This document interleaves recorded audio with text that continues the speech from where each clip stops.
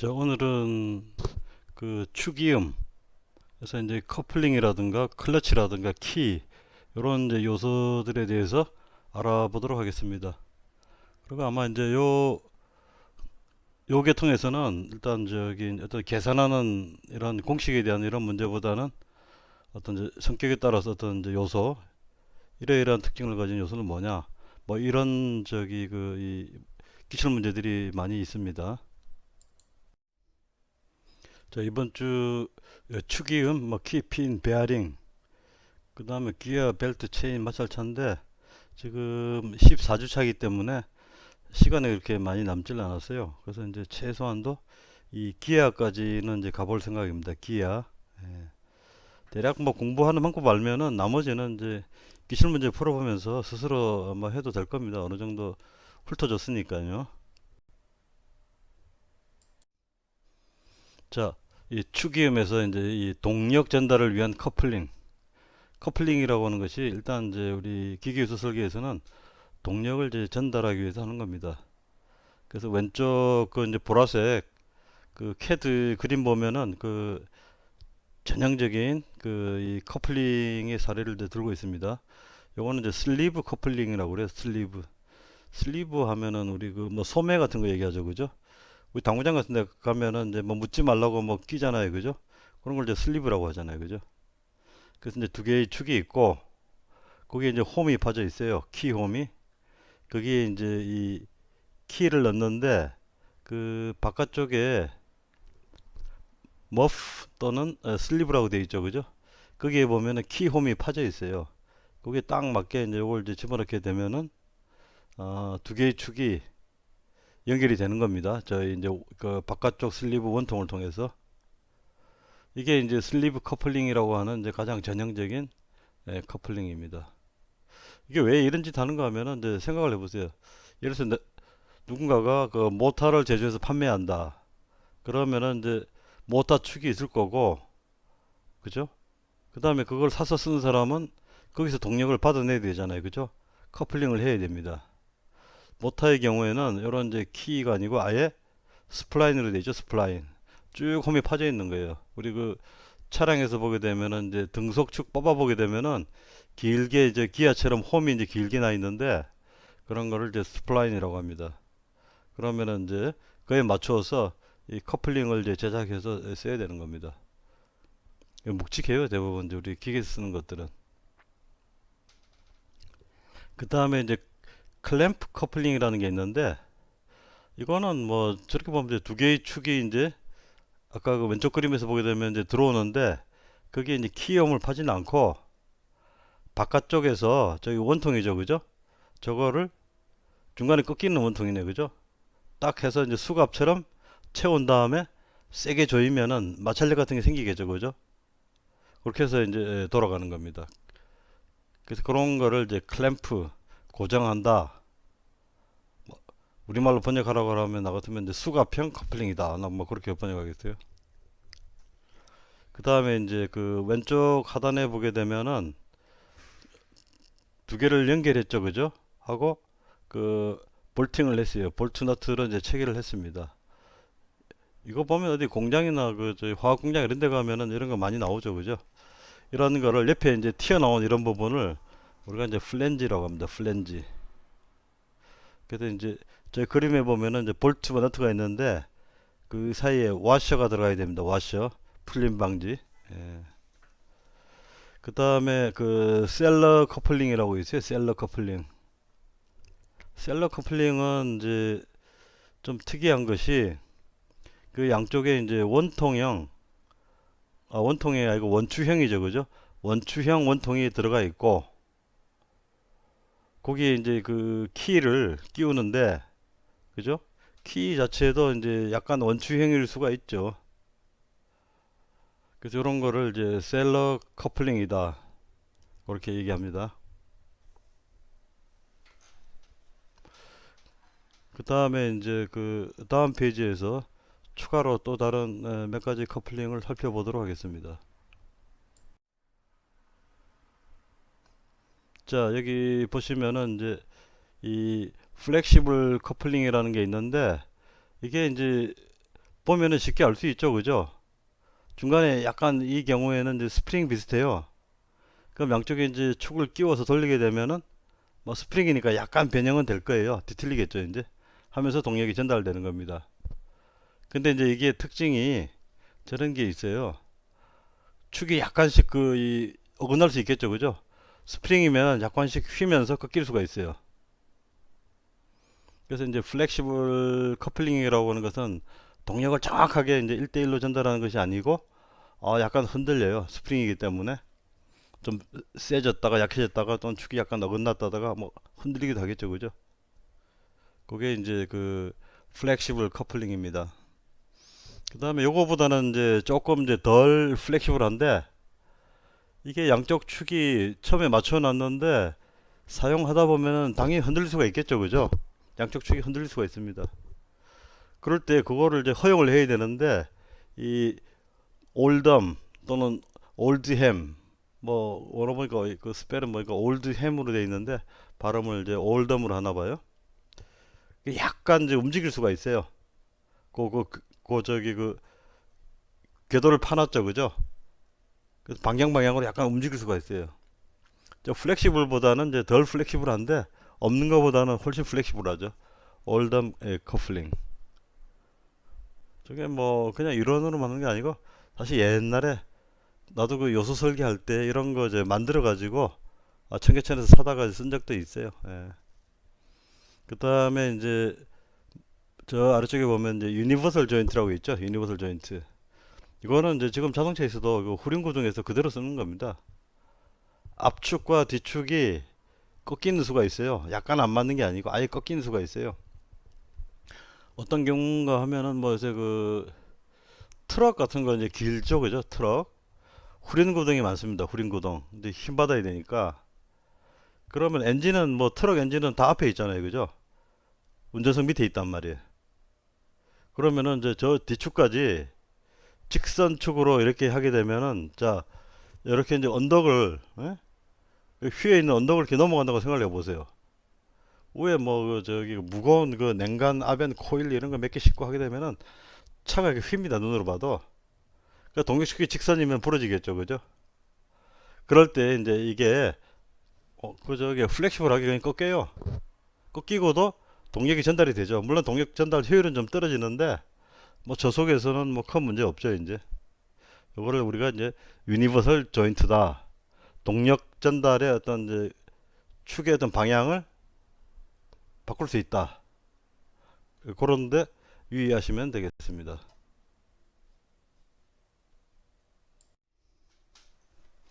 자, 이 클러치라고 하는 것은 이제 운전 중에 동력 전달을 단속합니다.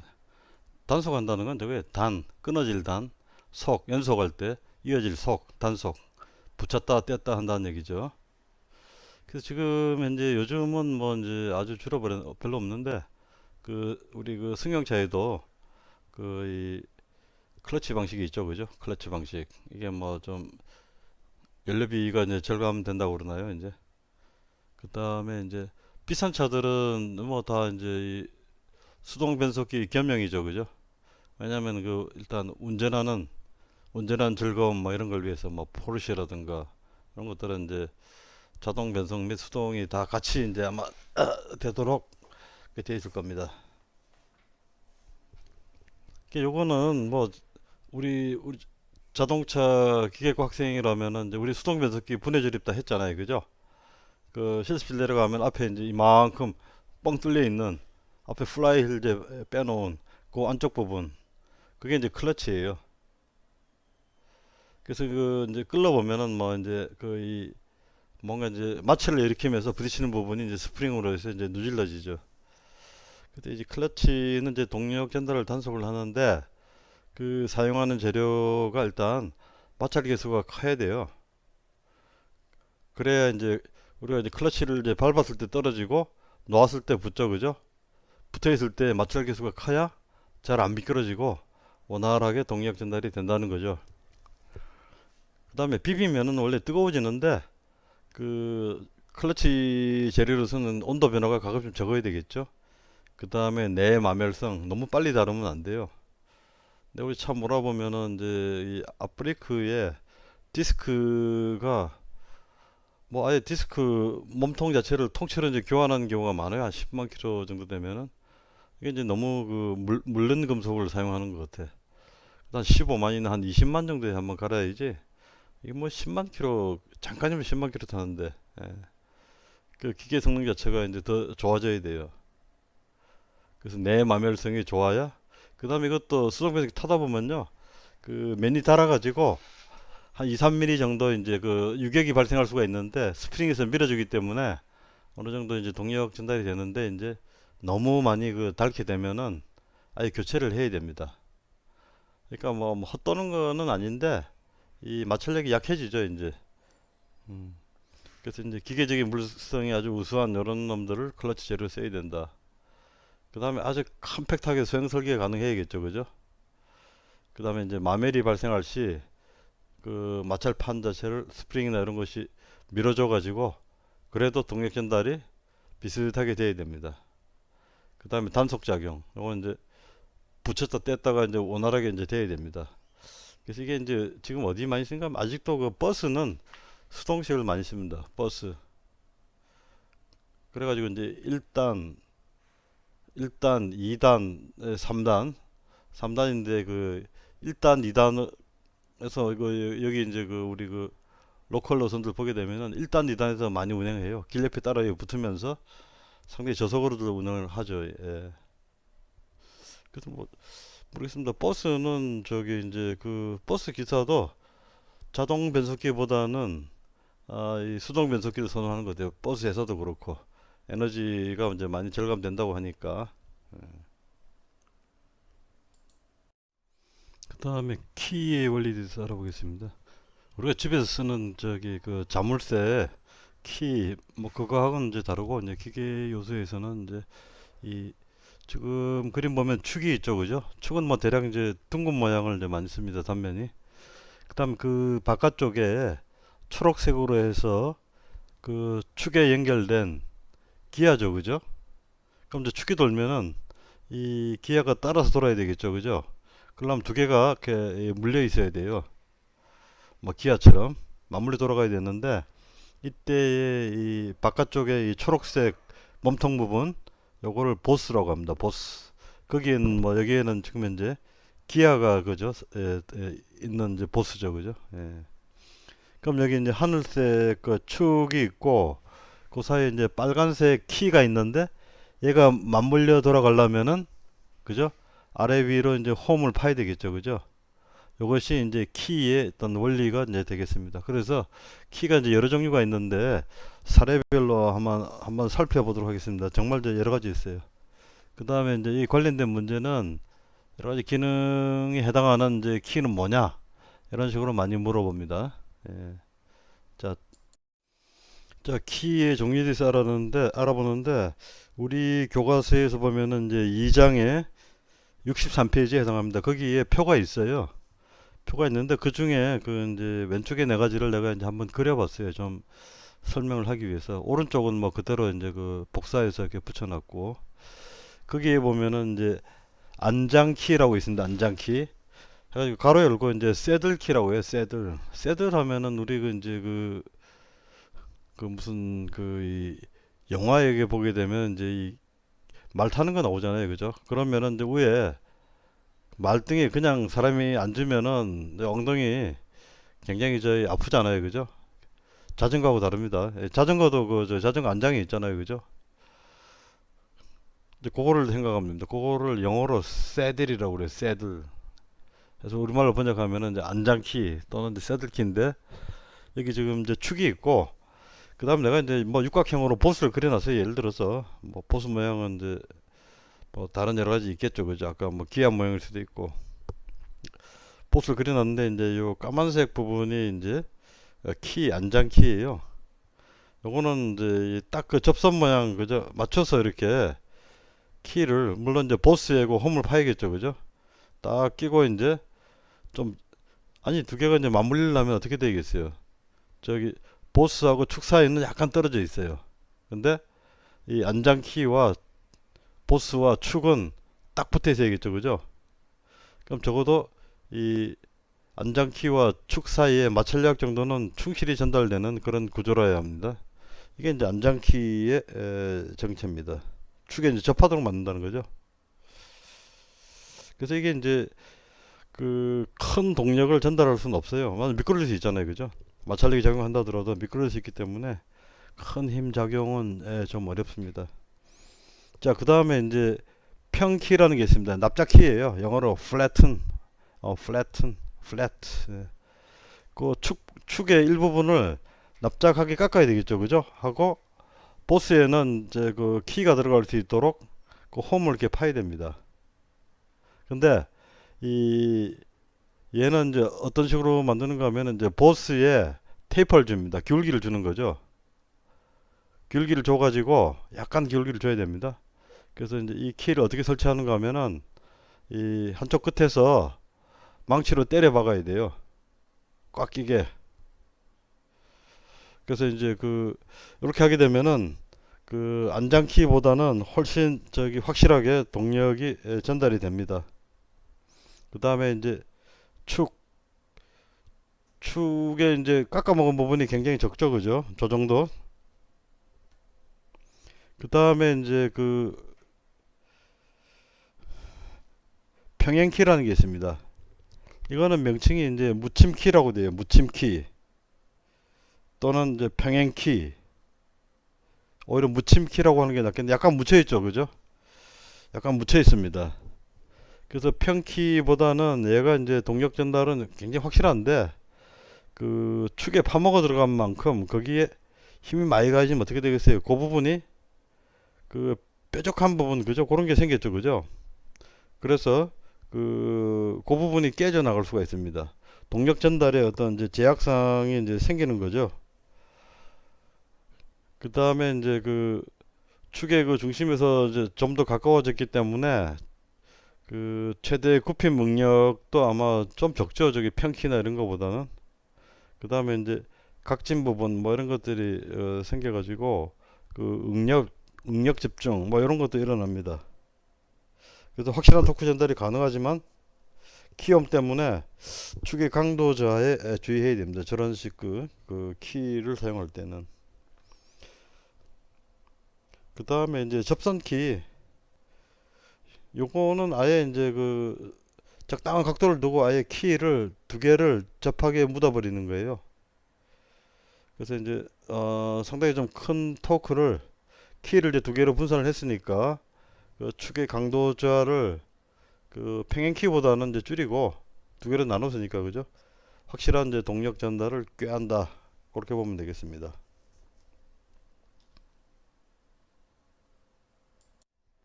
자, 그 다음에 평행키라는 게 있는데 오른쪽에 그 시꺼먼 그 그림이죠, 그죠? 거기 이제 T자 모양 이제 키가 있는데 얘는 이제 평행키라는 건 저거에 활동형이라고 되어 있는데 보스의 이제 키가 보스에 딸려 있어 가지고 보스가 축을 따라서 왔다 갔다 할 수 있는 거예요. 그때 키도 따라서 왔다 갔다 해야 되죠. 그러면은 이제 축에 홈이 길게 파여 있어야 되겠죠, 그죠? 그런 게 이제 평행키이고 축 방향으로 이제 미끄럼 미동이 이제 가능하다. 예. 그 다음에 제일 아래쪽에 보면 스플라인이라고 있죠, 그죠? 스플라인. 저거는 우리 그 자동차의 그 등속축이 저렇게 돼 있어요. 그래서 이 스플라인이라고 하는 것은 이제 그 키홈 자체가 여러 개가 있죠, 그죠? 그래서 아주 큰 토크를 전달합니다. 그 다음에 이제 축 방향으로 뭐 길이를 이제 얼만큼 줄 거냐. 우리 그 등속축 꺼내 보면은 상당히 깊었죠, 그죠? 뭐 거의 한 뼘 가량 아마 될 겁니다, 이제. 예. 그거를 이제 스플라인이라고 한다. 스플라인. 그걸 뭐 스플라인 키라고 그러지 않고 그냥 스플라인이라고 그래요, 그건 이제. 내가 볼 때는 오히려 기아에 가까운 거죠. 그 다음에 반달키. 그 앞쪽에서 보면 이제 키 모양으로 저렇게 사각형으로 그리지만은 무침키처럼 측면에서 보면은 전체 모양이 반달이에요. 그러니까 이제 이 저기 이제 끼워놓고 그 다음에 이제 그 저기 이제 보스를 갖다가 이제 조립을 해야 되겠네, 그죠? 예. 그 다음에 여기는 없는데 세레이션이라는 게 있어요. 세레이션. 요건 이제 스플라인 형태의 키인데 그 사각형 그 그 단면 그 홈 모양이 사각형이 아니고 삼각형, 삼각형. 해서 이제 입수를 많이 해서 만든 겁니다. 뭐 원리는 저기 스플라인이나 비슷하겠죠, 그죠? 그 다음에 뭐 둥근 키 또는 뭐 원뿔 키라는 게 있어요, 보니까.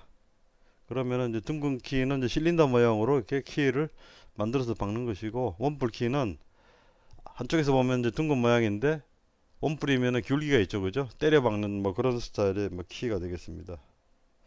그래서 여기서 중요한 게 이제 그 전달 토크의 크기 순서인데, 가장 큰 그 토크를 전달하는 거는 스프라인이겠죠, 그죠? 그 다음에 이제 옆에서 보면은 이제 평행키라고 되어 있는데 저거 묻힘키라고 했죠. 평행키 이꼴 묻힘키. 그 다음에 평키. 그 다음에 안장키. 이렇게 되겠습니다. 이게 이제 전달 토크의 크기 순서에 이제 해당합니다.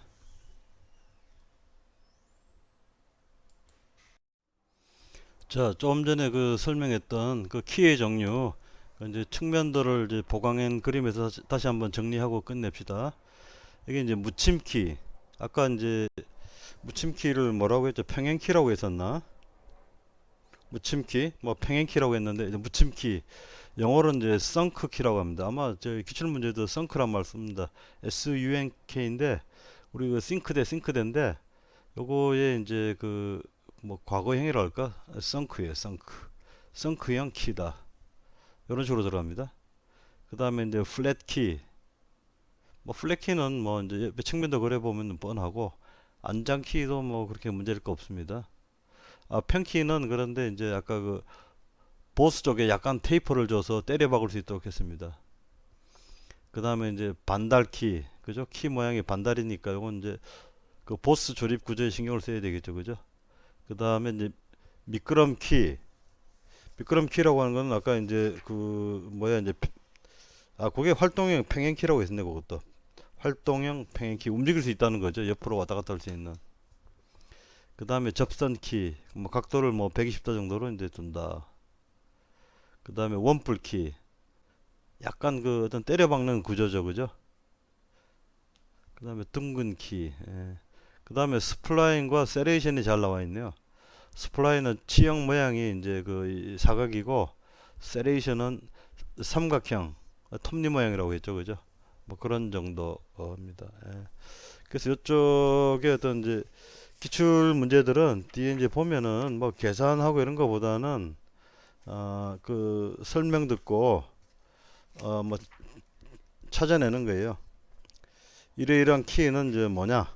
예? 그 예를 들어서 한번 봅시다.